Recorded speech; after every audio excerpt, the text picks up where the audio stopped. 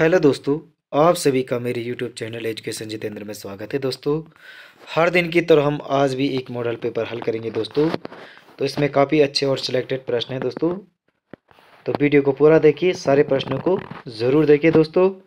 और लास्ट में कमेंट जरूर करें कि आपके इस मॉडल पेपर में कितने प्रश्न सही हुए दोस्तों। प्रश्न संख्या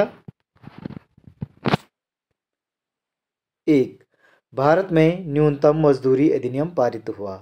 तो भारत में न्यूनतम मजदूरी अधिनियम पारित हुआ, तो इसका आंसर है ऑप्शन बी 1948 में। प्रश्न संख्या 2, गुप्त वंश का संस्थापक कौन था। तो इसका आंसर होगा ऑप्शन सी श्रीगुप्त। प्रश्न संख्या 3, भारत में राष्ट्रीय विकास परिषद की स्थापना हुई थी। तो भारत में राष्ट्रीय विकास परिषद की स्थापना कब हुई थी। तो इसका आंसर है 1952 में। प्रश्न संख्या 4, जुआरी नाम है। तो इसका आंसर होगा ऑप्शन बी, एक नदी का नाम है जुआरी। प्रश्न संख्या 5, भारत की केंद्रीय मंत्रिपरिषद किसके प्रति उत्तरदायी होती है।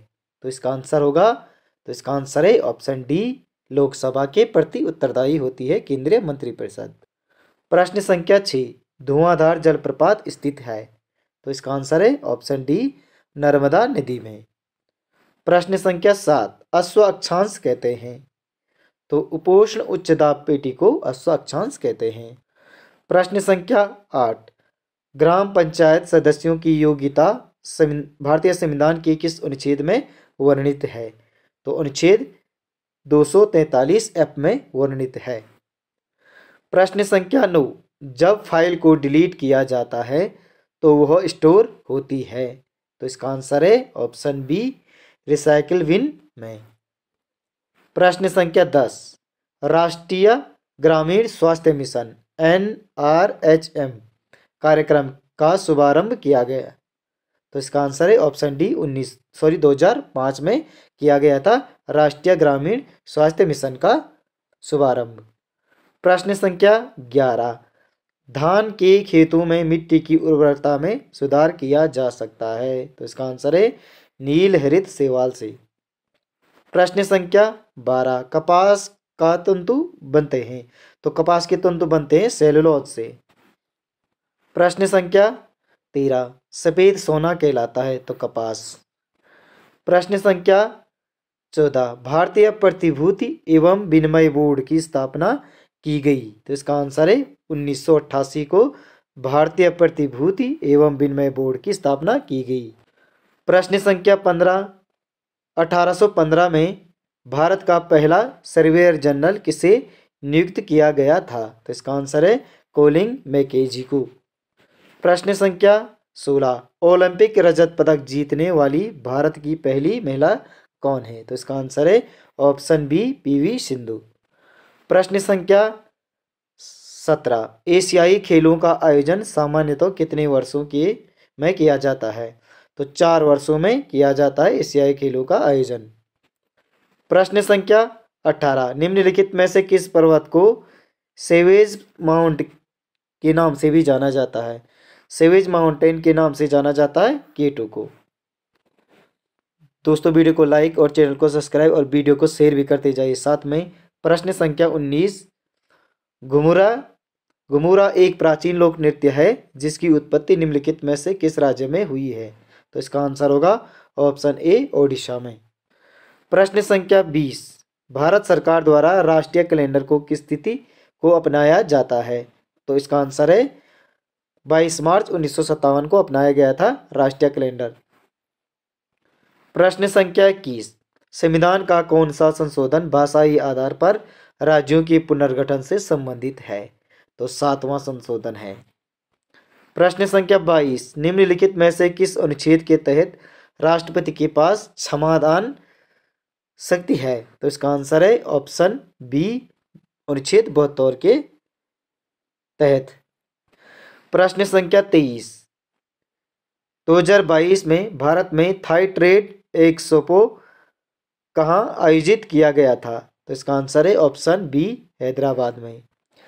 प्रश्न संख्या 24, किस देश ने भारत के पूर्व नौसेना प्रमुख एडमिरल सुनील लांबा को योग्यता सेवा पदक से सम्मानित किया था? तो सिंगापुर ने किया था। प्रश्न संख्या 25, रामगढ़ विषधारी अभयारण्य जिसे टाइगर रिजर्व के रूप में अधिसूचित किया गया था किस राज्य में स्थित है? तो इसका आंसर है ऑप्शन सी, राजस्थान में स्थित है रामगढ़ विषधारी अभयारण्य।